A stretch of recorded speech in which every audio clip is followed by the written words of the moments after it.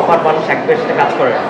Offer তো পাইনি এরকম না, আমি আগেও পেয়েছি, কিন্তু তখন আমার কাছে মনে হচ্ছে আমি উপযুক্ত ছিলাম না, এই জন্য আমি না করে দিয়েছিলাম। সো এখন যেহেতু ডে বাই ডে আমাদের সিনেমার দিকও খুবই ভালো যাচ্ছে, দর্শক ভীষণ পরিমাণে হলমুখী হচ্ছে, অনেকটা বছর ধরে দেখে আসছি, 4-5 বছর ধরে টানা। আর শাকিব খান এত পরিমাণে ভালো কাজ করছে, প্রত্যেকটা সুপারহিট যাচ্ছে, তার অভিনয়, তার লুক সব কিছু আউটস্ট্যান্ডিং।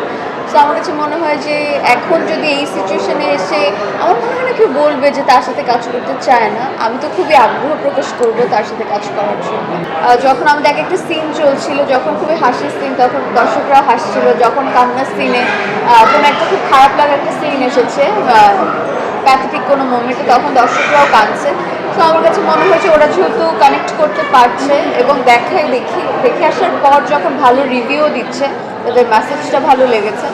তো আমরা তো বেসিকলি এটাই চেয়েছিলাম, খুবই ভালো লেগেছে, খুবই পজিটিভ রিভিউ পেয়েছে। আর দর্শকরা আমার মনে হয় পছন্দ করেছে, কারণ আপনারা হয়তো অনলাইনের মাধ্যমে রিভিউ দেখেছেন যে তাদের বক্তব্য, তাদের মেসেজটা ভালো লেগেছে, তাদের আমাদের গল্পটা ভালো লেগেছে, অভিনয় ভালো লেগেছে, সকলেই প্রশংসা করছে। সো আই থিঙ্ক এভাবেই সুন্দর মতো এগিয়ে যাবে নীলচক্র। সবাই কষ্ট করেছে যে যে জায়গা থেকে ভালো করার অভিনয়, নীলচক্র সিনেমাটার জন্য ভালো মতো সব কিছু বানানো হয়। তো মিঠু ভাই যেতে চেষ্টা করেছে, আমরা আমাদের জায়গা থেকে চেষ্টা করেছি। সো দিন শেষে এতটুকুই সব যে দর্শক যেন ভালো বলে, তাদের মনে যেন গেঁথে থাকে। সো নীলচক্র দেখে বের হয়ে সবাই ভালো বলছে, অভিনয়ের কথা ভালো বলছে, গল্পের কথা ভালো বলছে। সো আমার মনে হয় যে প্রত্যাশা রাখছি ভালো কিছুই হবে। প্রস্তুতি মাসখানেক আগে থেকে 1-2 মাস এরকম আমাদের রিহার্সেল হয়েছে টানা, তারপরে আমরা কাজ স্টার্ট করি। তো প্রস্তুতি ভালোই ছিল, আর যেহেতু এই জেনারেশনের একদম এখনকার গল্প, তো কানেক্ট করতে অতটা অসুবিধা হয়নি, রাইমা হয়ে উঠতে।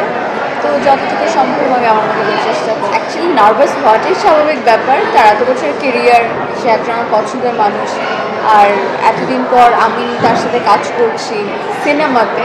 তো সব কিছু মিলে আমি ভীষণ পরিমাণে এক্সাইটেড ছিলাম, আবার নার্ভাস ছিলাম যে অ্যাক্টিংয়ে তার সাথে পেরে উঠবো কিনা। তারপর দেখলাম যে না, সব ঠিকভাবেই যাচ্ছে, সে খুব হেল্প করেছে আমাকে, আর সে এত ভালো একজন অভিনেতা, তার থেকে অনেক কিছু শেখারও আছে। তো ভালো লেগেছে তার সাথে কাজ করে। কাজল লেখা করতে গিয়ে আসলে এটা একদম অন্য ধরনের গল্প, তো প্যাটার্ন আলাদা, সব কিছু আলাদা। সো আমি তো এই জেনারেশনের মেয়ে, তো আমি তো আসলে প্রতিনিয়ত নদীতেও ঝাঁপ দিই না, চরে গিয়েও হাঁটি না, কলসি কাঠি নিয়েও আমি হাঁটি না, আর্ট পরেও শাড়ি পরি না। তো এগুলো সব কিছু আমার রপ্ত করতে হয়েছে কাজল লেখা যখন করেছি। আর ওটা অনেকটা টাইম লেগেছে আমার ওভাবে কথা বলতে, ওভাবে সব কিছু শিখতে। কিন্তু নীলচক্র তো এই জেনারেশনের গল্প, একদমই এই জেনারেশন একটা মিডিল ক্লাস ফ্যামিলিকে দেখানো হয়েছে। তো আরও একটা নৃত্য শিল্পী দেখানো হয়েছে, একটা শিক্ষিকা। তো আমার সাথে অনেকটা মিলে যায়, যেহেতু আমিও নৃত্যশিল্পী। তো আমি এটা একটু সহজে কানেক্ট করতে পেরেছি। আমার একটু কষ্ট কম হয়েছে, কাজল লেখাতে যেমন অনেকটা কষ্ট হয়েছিল, এটাতে ঠিকঠাক মতো হয়ে গেছে আর কি। সিনেমার মাধ্যমে অলরেডি তো দর্শকরা 2 দিন যাবত দেখেই ফেলছে। আমরা এতটুকু বলতে চাই যে আমাদের মেসেজটা হচ্ছে, যারা এই জেনারেশনের, যারা ছেলে মেয়েগুলো যারা সাইবার বুলিংয়ের মাধ্যমে শিকার হচ্ছে, এবং যারা অল্প টাইমের মধ্যে ভাইরাল হওয়ার যেই একটা নেশা, সেই নেশারই সব কিছুরই যে একটা খারাপ দিক ভালো দিক আছে। তো এটার মানুষের একটা লাইফ কীভাবে নষ্ট হয়ে যেতে পারে, পরিবারের কতটা ক্ষতিগ্রস্ত হতে পারে, সব কিছু আমাদের সিনেমায় তুলে ধরা হয়েছে। যে অ্যাকচুয়ালি কোনো পজিটিভ ওয়েতে যাওয়া যায়, নেগেটিভ ওয়েতে গেলে কেমন কী হয় তাদের লাইফটা, এটা পুরো তুলে ধরা হয়েছে। আচ্ছা, আমি চাই প্রত্যেকটা ঈদে আমার সিনেমা থাকুক। আর কম্পিটিশনের কথা, দ্বন্দ্ব, এগুলো তো থেকেই যাবে আসলে দিন শেষে। আমার কাছে মনে হয় যে সবার সিনেমা সুপারহিট হোক, আবার অনেকে চায় যে ব্যক্তিগতভাবে শুধু তার সিনেমা সুপারহিট হোক। এইভাবে হলে তো আসলে হয় না, দিন শেষে আমরা সবাই একটা পরিবার।